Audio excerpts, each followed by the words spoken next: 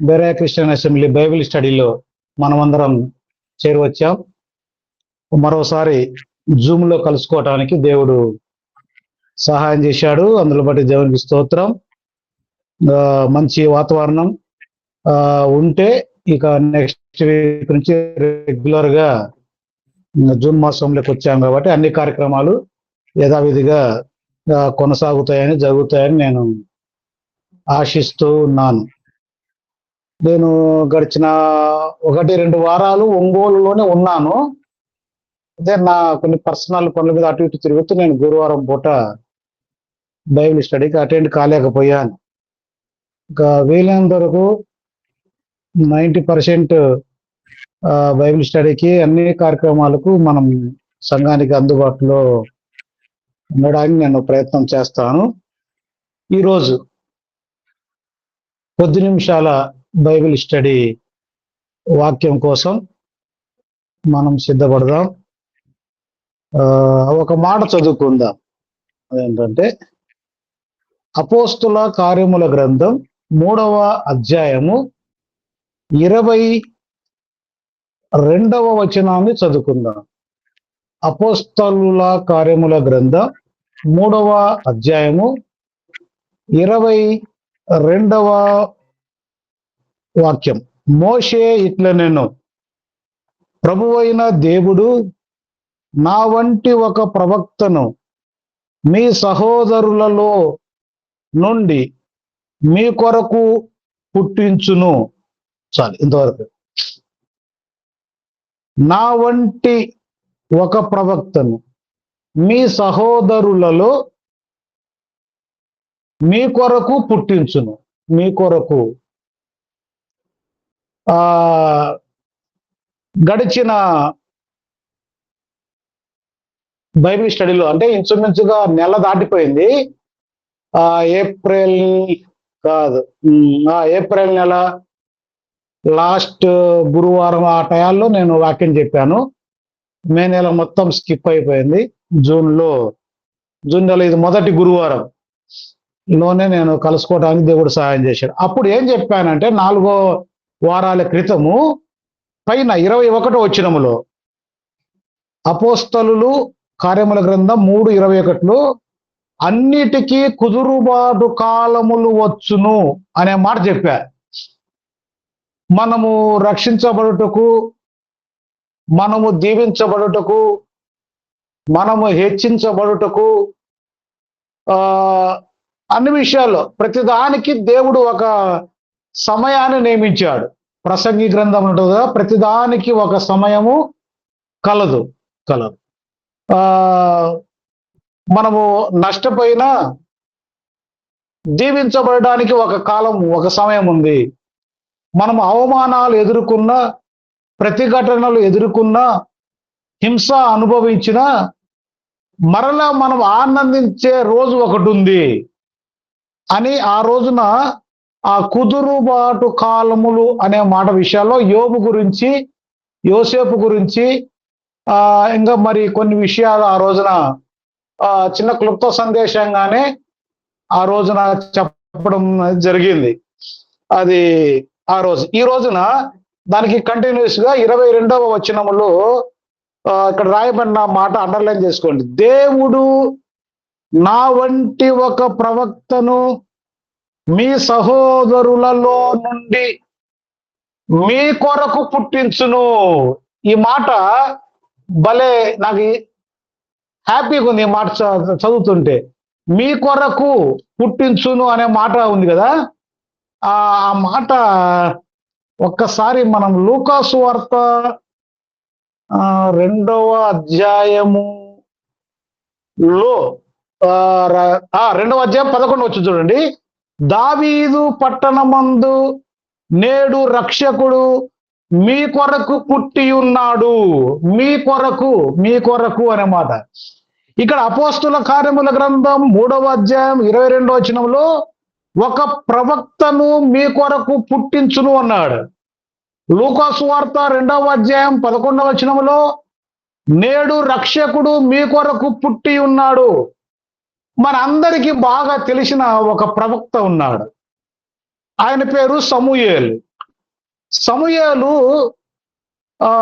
Triangle అంటారా, కాదు, త్రిత్వం లాగా 3 పాత్రలు ఆయన పోషించాడు.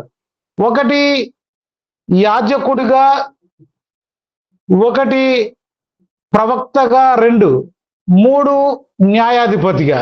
అందులో 3 కోణాలు, 3 విధాలుగా దేవుడు ఆయనను ఉపయోగించాడు, వాడుకున్నాడు. ప్రవక్త, న్యాయాధిపతి, ఇంకేముంది, ప్రవక్త, యాజకుడు. యాజకుడిగా, ప్రవక్తగా, న్యాయాధిపతిగా పనిచేశాడు. ప్రవక్త అంటే జరగబోయి చెప్పేవాడు. నువ్వు ఎక్స్పెక్టేషన్ లేకుండా, నీకేం లీకులు లేకుండా, దేవునికి నరులకు మధ్యవర్తిగా ఉండి చెప్పే విషయాలు ప్రవక్త లేదా ప్రవచనాలు, ప్రవచించడం అంటారు. యేసు ప్రభువుని గురించి ఇది చాలా ఎక్కువ సందేశంతో ఉన్నది. నేను ఎగ్జాక్ట్గా ఇప్పుడు 8 అయింది కాబట్టి 8:25కు ముగిస్తా. చెప్పగలిగినంత వరకు నేను చెప్తాను, చెప్పగలిగినంత వరకే చెప్తాను. ఇక్కడ ఇది అపోస్తుల కార్యముల గ్రంథానికి మరొక పేరు ఏంటంటే చరిత్ర.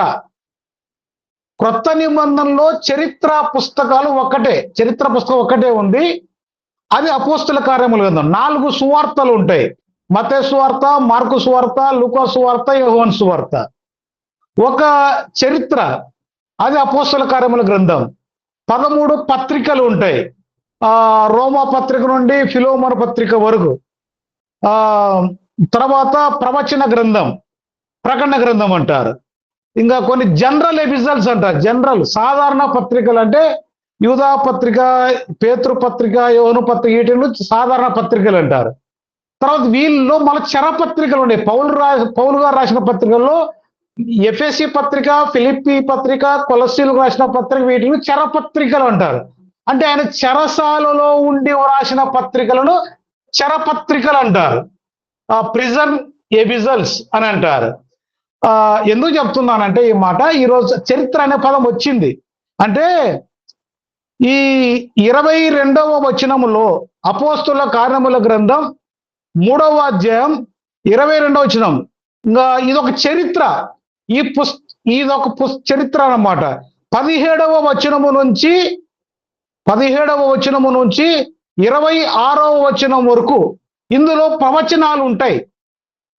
పాత నిబంధన కాలంలో జరిగిన చరిత్ర కాస్త ఉంది, మరలా ఇప్పుడు కొత్త నిబంధన కాలంలో యేసు ప్రభు కాలంలో జరగబోయే విషయాలు కొన్ని ఉన్నాయి.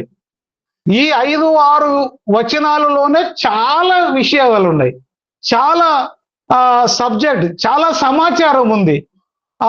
అందుకనే ఇది చరిత్ర పుస్తకం. అందులో ఈ మనం చదువుకున్న 22వ వచనం కూడా చరిత్ర మాటే, హిస్టరీ. ఏమని రాయబడింది? మోషే ఇట్లనెను.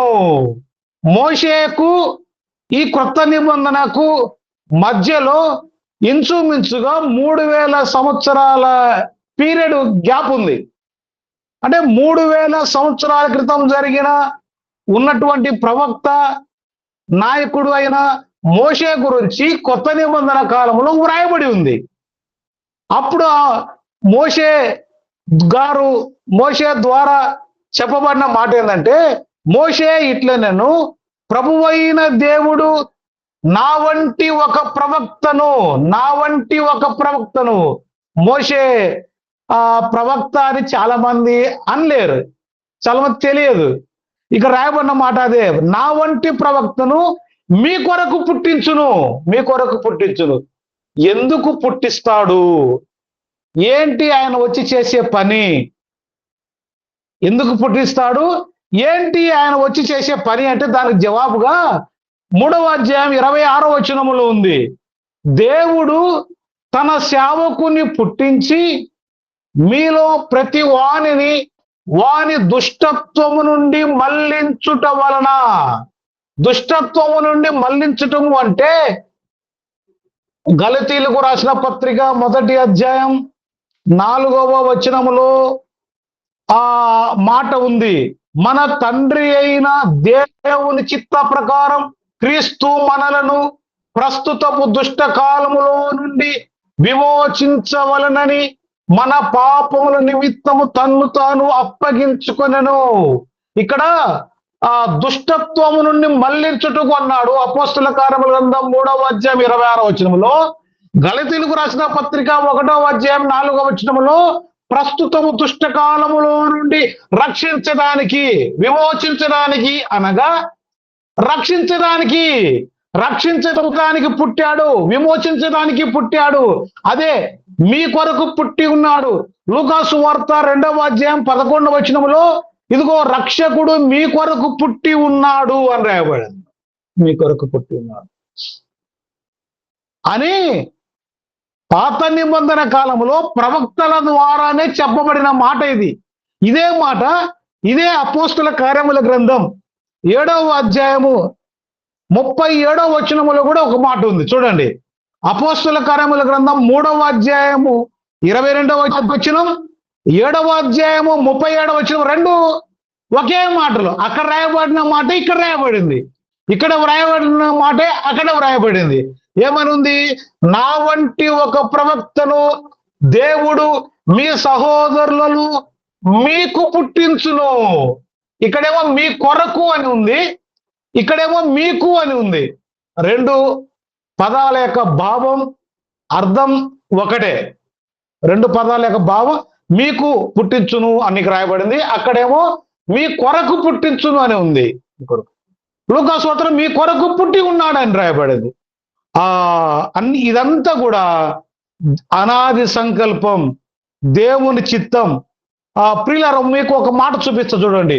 ద్వితీయోపదేశ కాండం 18వ అధ్యాయము 18వ వచనం చూడండి. ద్వితీయోపదేశ కాండం 18వ అధ్యాయం 18వ వచనం.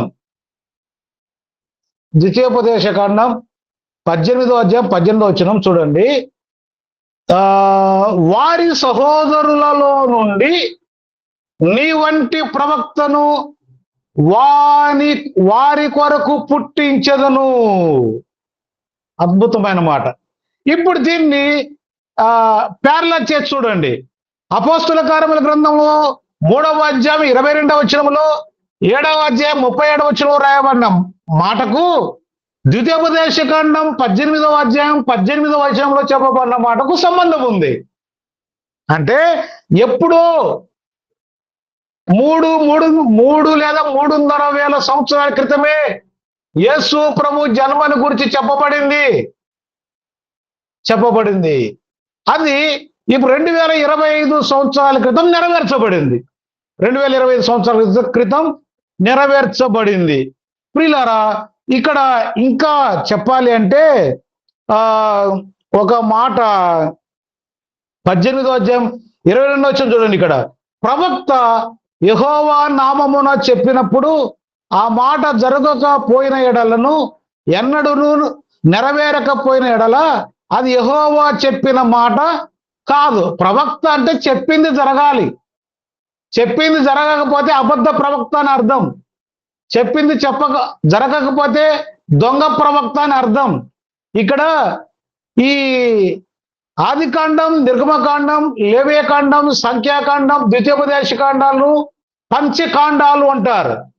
దీనిని పెంటాటిక్ అంటారు.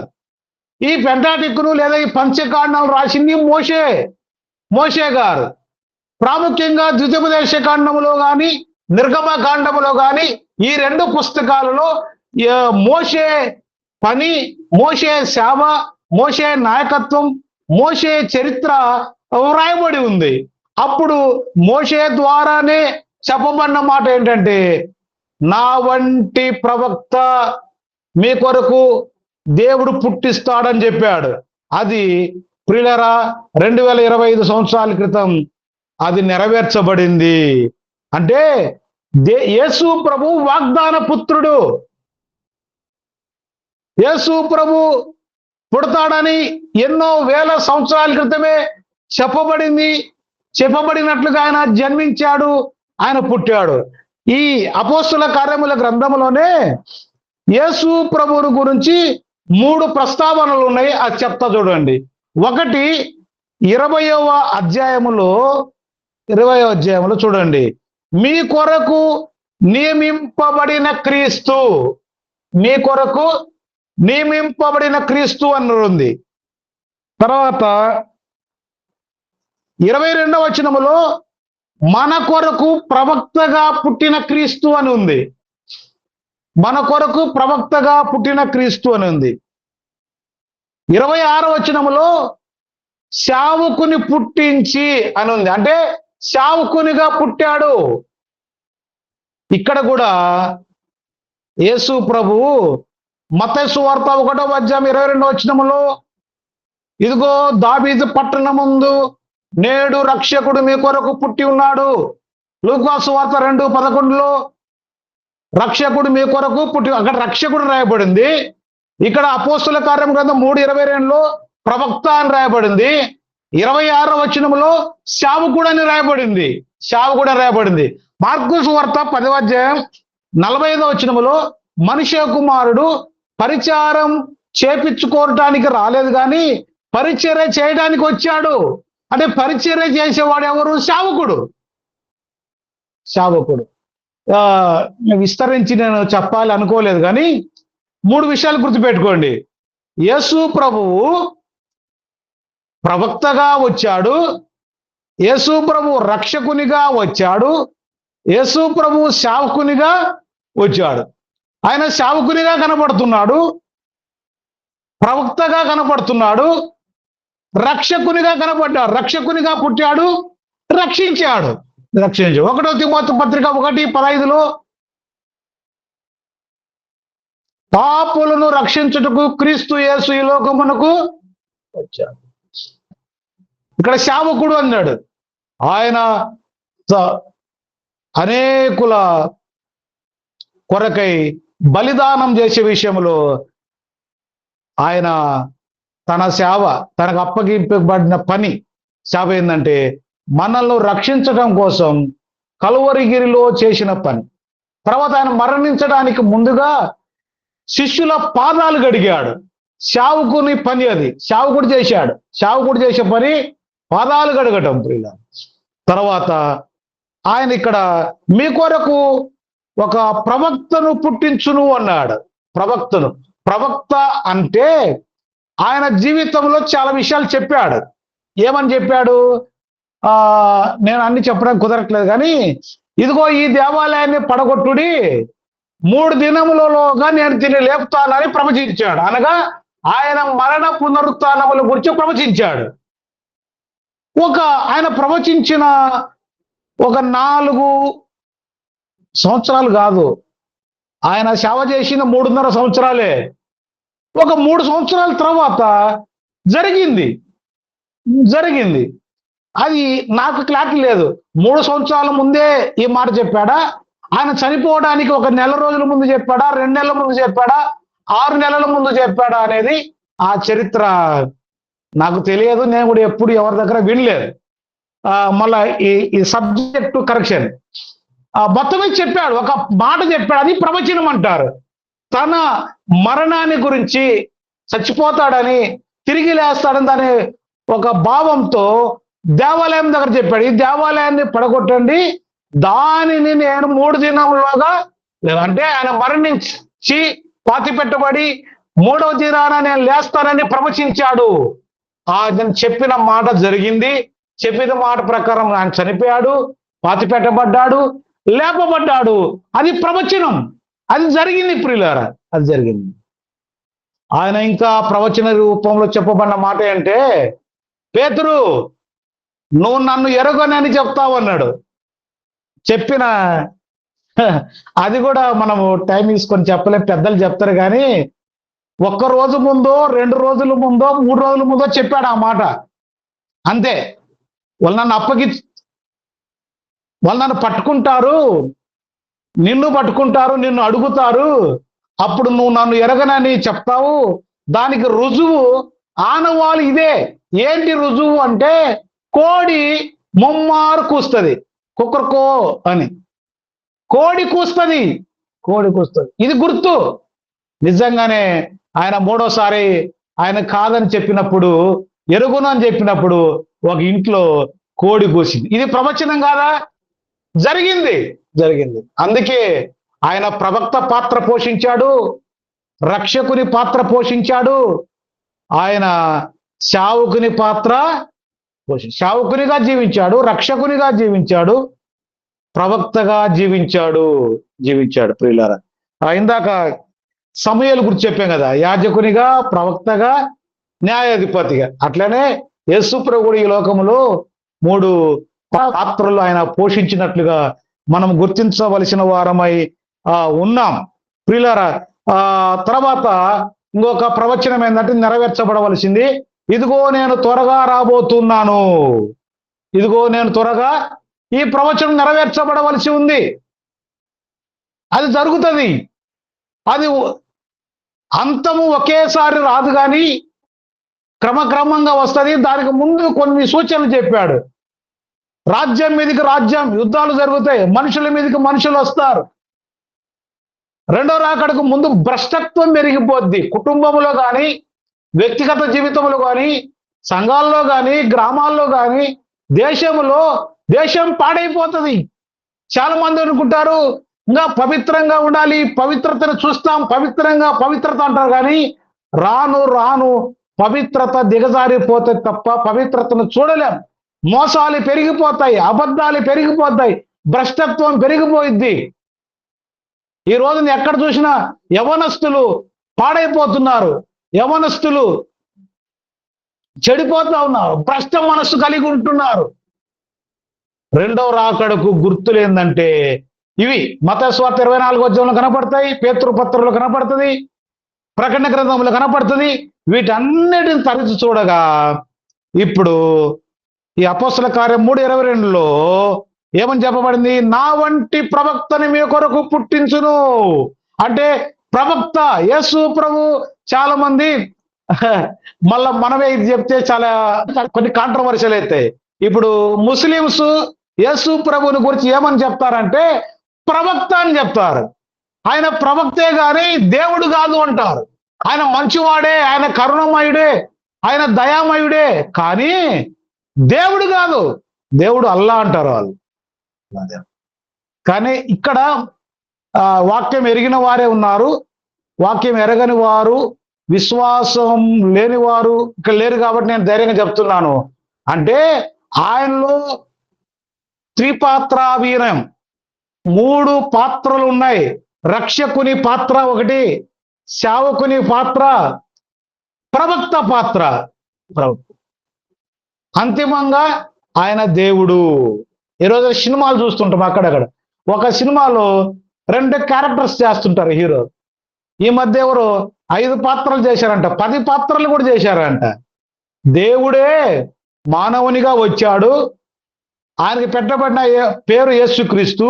ఆ యేసుక్రీస్తు ఈ భూలోకంలో జీవించినప్పుడు ప్రవక్తగా పనిచేశాడు, ఆయన శావకునిగా పనిచేశాడు. తర్వాత ఆయన రక్షకునిగా శిలువలో వేలాడి మనల్ని అందరు రక్షించడానికి, ప్రస్తుతపు దుష్టకాలములో నుంచి విమోచించడానికి కలువరిగిరిలో మనం చేసిన పాపముల నిమిత్తమై మనము శిక్షించబడవలసి ఉంటుండగా, మనము దెబ్బలు తినవలసి ఉంటుండగా మనకు బదులుగా ఆయన శిక్ష భరించాడు, మనకు బదులుగా ఆయన శిక్ష అనుభవించాడు, మన కోసం శిలువలో వేలాడదీయబడ్డాడు, మన కోసం రక్తం చిందించాడు, మన కోసం చనిపోయాడు.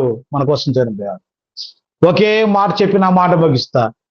ఆయన నా వంటి ఒక ప్రవక్తను మీ కొరకు పుట్టిస్తానని చెప్పడం వెనక ఉన్న ఉద్దేశం ఏంటంటే, మోషే ప్రవక్త, మోషే ఏర్పాటు చేయబడ్డాడు. ఎందుకు? ఇశ్రాయేలు ప్రజల నిమిత్తం, ఇశ్రాయేలు ప్రజలను రక్షించు నిమిత్తం, విమోచించు నిమిత్తం, ఐగుప్తు దేశంలో ఉన్న ప్రజలను రక్షించడానికి ఏర్పాటు చేయబడ్డాడు, నియమించబడ్డాడు. ఇక్కడ 20వ వచనంలో ఉంది, మీ కొరకు నియమించిన యేసుక్రీస్తు అన్నాడు. అంటే మన కోసం యేసుక్రీస్తు నియమించబడ్డాడు.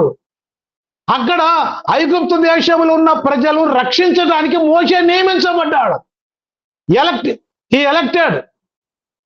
He selected. ఎందుకు అంటే బానిసత్వములో ఉన్న ప్రజలను విడిపించడానికి మోషే ఎన్నిక చేయబడ్డాడు, నియమింపబడ్డాడు. అలాగే ఈ రోజున పాపములో మన పాపముల చేత అపరాధముల చేత చచ్చిన మనల్ని రక్షించడానికి, విడిపించడానికి యేసుక్రీస్తు నియమింపబడ్డాడు. ఇదే ఇక్కడ నియమించబడిన యేసుక్రీస్తు అనేది 20వ వచనములో. 22వ వచనములో పుట్టిన ప్రవక్తగా పుట్టాడు. 26వ వచనములో సేవకునిగా పుట్టాడు. దేవుడు సేవకునిగా పుట్టించాడు, ప్రవక్తగా పుట్టించాడు, అట్లా రక్షకునిగా పుట్టాడు. ఈ మాట గుర్తుపెట్టుకోండి. నేను పెద్ద విస్తారమైన సంగతులు చెప్పలేదు. నేను 8:25కు ముగిస్తానని చెప్పాను. ముగించడానికి నాకు 2 నిమిషాల సమయం ఉంది. ఈ 2 నిమిషాల్లో నేను ముగిస్తాను. ప్రియులారా, ఈ రాత్రి, ఈ సాయంత్రం ఈ బైబిల్ స్టడీలో మనము అధ్యయనం చేసేది, మనం నేర్చుకునేది యేసుక్రీస్తు పాత్రలు. ఆయన 3 రకాలుగా ఉన్నాడు. ఈ అపోస్తల కార్యం 3వ అధ్యాయంలోనే 3 విధాలుగా చెప్పబడింది. కాబట్టి గుర్తుపెట్టుకోండి, ఆయన వచ్చిన ఉద్దేశం, యేసుక్రీస్తు పుట్టడానికి ఉద్దేశం ఏంటంటే, మత్తయి సువార్తలో తన ప్రజలను వారి పాపం నుండి ఆయనే రక్షించును అన్నాడు. లూకా సువార్తలో రక్షకుడు మీ కొరకు పుట్టి ఉన్నాడు అన్నాడు. ఈ గలతీయులకు రాసిన పత్రిక 1:4లో ప్రస్తుతము దుష్టకాలములో నుండి విమోచించడానికి పుట్టాడు. తర్వాత ఈ అపోస్తులు 3:26లో సేవకుని పుట్టించి మీలో ప్రతి వాని దుష్టత్వము నుండి మళ్లించుటకు, అంటే దుష్టత్వము నుండి రక్షించడానికి, దుష్టత్వము నుంచి విడిపించడానికి, తర్వాత మిమ్మును ఆశీర్వదించుటకు ఆయనను మొదట మీ యొద్దకు పంపారు, ఆశీర్వదించడానికి అని. ప్రియులారా, మనమందరం మనల్ని పుట్టినప్పుడే యేసు ప్రభు మనల్ని ఆశీర్వదించాడు. తర్వాత పేతురుపత్రికలో మీరు ఆశీర్వాదమునకు వారసులై ఉన్నారని చెప్పాడు దేవుడు. అంటే మన పాపం తీసివేసిన తర్వాత మనం ఆశీర్వాదానికి వారసులమయ్యాం. ఆశీర్వదించబడిన ప్రజలం మనం. పాపములో శాపములు ఉన్నప్పుడు పాపులం, ఉగ్రతకు పాత్రులం, నరకానికి పాత్రులం, పాతాళానికి పాత్రులం. ఎప్పుడైతే మన శిక్ష భరించాడో యేసు ప్రభువు వారు, మన శిక్ష తీసివేశాడో, ఆటోమేటిక్గా మనం దీవించబడ్డాం. అంతే. We are blessed by God. అంతే. ఎప్పుడైతే పాపం నుంచి విడిపించబడ్డావో, పాపం తీసివేయబడిందో అనేది, అప్పుడే నువ్వు ఆశీర్వదించబడ్డావు. అంతే. ఇంకా మళ్ళీ ఆశీర్వాదం కోసం నువ్వు ప్రయత్నం చేయాల్సిన పని లేదు.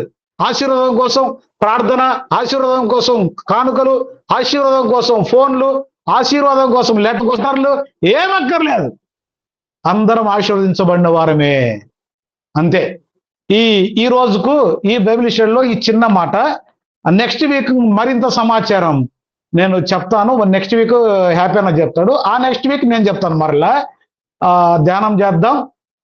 దేవుడు ఈ మాటలు దీవించును గాక. సమయాన్ని హ్యాపీ అన్నకు అప్పగిస్తున్నాం. Over to Happy brother. Thank you అన్న, మంచి మాటలు చెప్పారు.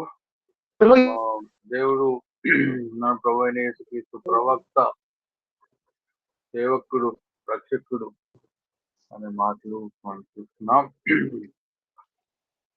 రమేష్ అన్న ప్రార్థన చేస్తారా?